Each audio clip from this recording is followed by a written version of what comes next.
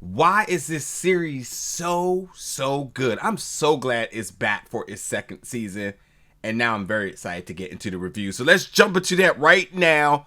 Only Murders in the Building.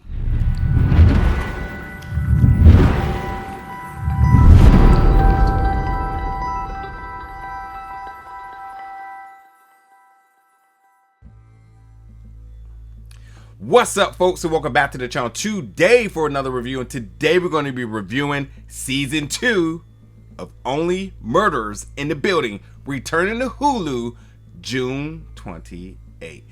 First off, please check out season 1 if you have not. This series is fantastic. You have Martin, Steve, and Selena Gomez back at it again. The three of them, they work so great together. I remember when this was first announced for season 1, I was like, that meshing is going to be something.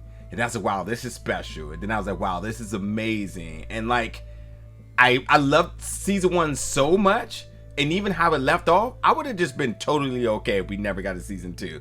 Because, you know, sometimes you get into season 2s, you start to feel like it's going to capture that same magic. And they did. Back better than ever. This season's so good, and there's so many new things to come this season. New characters, new faces, the new case, new evidence, new laughs, but really still the same good things that you got from season 1. Just double down on all of it. So yeah, totally check out season 1 before you even jump into season 2. This is a fantastic series.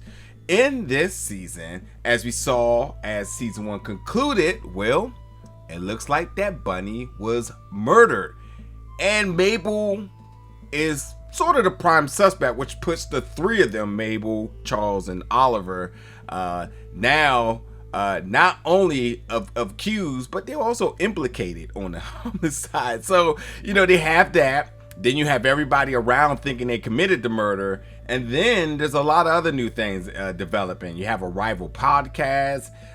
You have other interests that sort of arises. Things of the past that they once thought was a thing may not have been a thing. There's all sorts of different turns and twists in this season.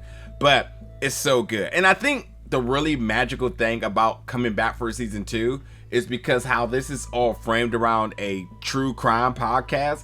And anybody who's ever loved a true crime podcast or series, nonetheless, sequels usually don't typically fare out well.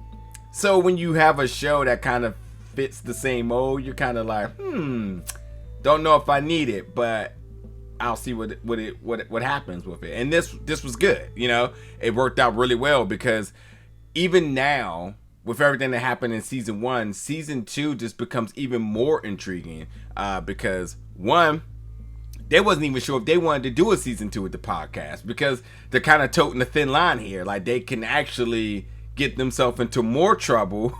They've already been implicated on the homicide, so like they can get themselves into more trouble because of the style of their podcasting. But like, everybody's demanding it. Everybody loves it. I mean, it's the big thing, you know. And so they're kind of like, well, either we return to our born lives before the podcast, or we go into a season 2, and we really got to be very careful about how we reveal the evidence and suspects and whatnot. Because the biggest thing is, if they can figure out who the murderer is, then that clears their name, and then their life can go back to normal. But if not, then they're just going to be constantly accused by all the neighboring New York folks that they feel that they did it when they know that they didn't.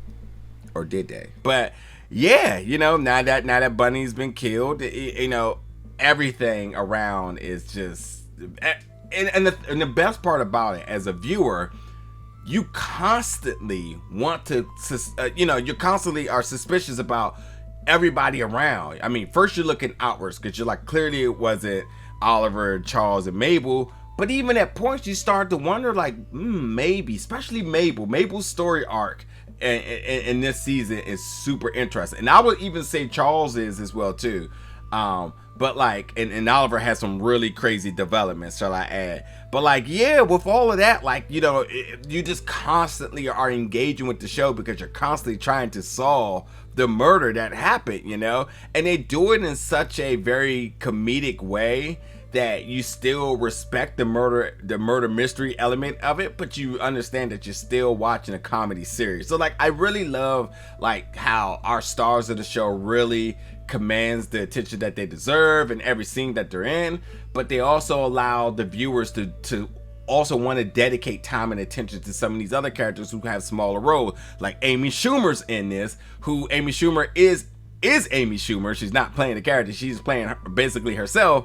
And her insertance of this makes you just think like, oh, this is odd. She moves into Sting's apartment and he's like, this is odd, coincidental, and a lot of other little suspicious things that she does. One kind of being like, I guess in love with Charles, maybe, I don't know, it's a little weird, but trying to work a deal with Oliver. So like you kind of wonder like, well, where did she come from? Like, what's her whole game here? What's her whole spiel, you know? And you're like suspicious of her and whatnot. So like, yeah, I just love how like the acting is so good, but you're still so much engaged with like everything that's around. Like it truly draws a canvas of a show where you're looking at every detail of things happen from scene to scene, episode to episode. But yeah, like I said, you know, they don't want to put themselves in prison by doing the season 2, but they do the season 2, and of course Oliver, you know, in true Oliver fashion, wants to be the star, the lead, and how engaging he is into trying to uncover more evidence and jump into conclusions. And it's some of the best stuff in this season, just watching Oliver work. So and then like this other little small things, like Bunny's parrot is absolutely hilarious. But then understanding Bunny's last days, like her retirement, and you know, somebody trying to basically assume power over her. And everybody loved Bunny, but she was definitely a particular type of person, you know. But like understanding her last days, how did she? And because I mean, let's go back to season 1. We had big questions here, you know. Jan, you know, how many other people had Jan murdered and whatnot? And what was more or less like, was she just a crazy serial killer, or was this sort of just like something that was like much bigger? And then like Bunny, she had the sweatshirt, you know, where was she? How did she come in possession of the sweatshirt of the podcast she didn't like? You know, like think about these things. And then, you know, the text from Charles and Oliver that they got saying get out the building, you know, that too, who tipped off the police because they showed up so quick. And other things, you know, and I think that like they answer these questions, but these are the questions you went into this season wondering. And going back into seeing Bunny's last days, you understand how some of these things develop, and then it, even with answering questions, it just makes you get a whole nother array of other questions that you have now. So, but yeah, things get much more crazy, like more clues, more suspects, more secrets, more developments. Like I said, everything just doubles down in this season. And I do love like how scenes feel like skits, and like the moments in these scenes are just completely hilarious. Like again, our leads in Martin Short, Steve Martin, and Selena Gomez, they're just so good together. And all the other people that are new this season really complement them well. Zoe Colletti, who plays Lucy, you may know her from Fear the Walking Dead. Her past relationship and current relationship with Charles, I don't want to give that away, but like understanding why she's important and like what Lucy brings to this show with Zoe, who plays Lucy, what Lucy brings to everything is interesting. And it really, you know, I have my certain set of thoughts, I'll say, about Lucy. And then you have Andrea Martin, who was announced pretty early, who plays Joy in this, who is, as they say, a world-class liar, but she is from the Brazos set, who does hair and makeup. So, you know, her and Charles' past relationship, since, you know, he is Mr. Brazos and whatnot. And then the detectives are so good. We didn't get a lot of them this season, but they're so good. We didn't get a lot of them early in this season, but like they're so good.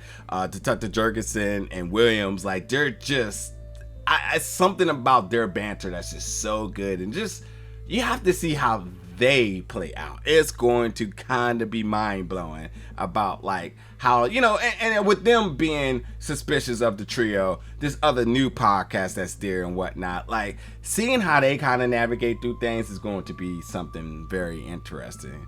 And then, you know, there's Jan, who's in jail, and you know, Charles needs to learn. He can't be so trusting to people. That's what happened with him and Jan, and he sort of tries to fall back into that same pattern. And Jan's in jail. She's not dead, so you could imagine what, you know, type of relationship that they have. And if he's trying to find a murderer, what better way than to ask somebody who's actually a murderer, like, to understand the mind of a murderer, you know? So Jan has importance in this as well too. But I think the biggest thing with this show is just the inability to just constantly you just can't watch the show. You constantly want to try to solve the crime, continuously guessing and guessing and guessing. And I love it because it creates that attachment, that engagement with the show, along with just a stellar all-around production. Period. Like, so it's just really, really good. Like, I love this show. So glad it's back for season 2. You have got to check this out. It's so good. Only Murders in the Building, releasing for season 2 Tuesday, June 28th on HULU. Check out season 1, folks. This is a fantastic show. And look, put in the comments, who do you suspect is behind this? Like, I gotta tell you, there's a lot of curveballs being thrown here, and you're gonna constantly second guess yourself. And I will say this, just remember how you felt about certain people in season 1 and how that may have led you to conclude to one person and it ended up being Jan. So like, you just never know. So like, don't be so sure that you know exactly who it is. Kind of allow yourself to adapt as new evidence is unraveled and uncovered. So, because there's a lot that goes on and whatnot. So, but yeah, check this season out. Jump in the comments when you do. And as always, stay tuned for more reviews very soon.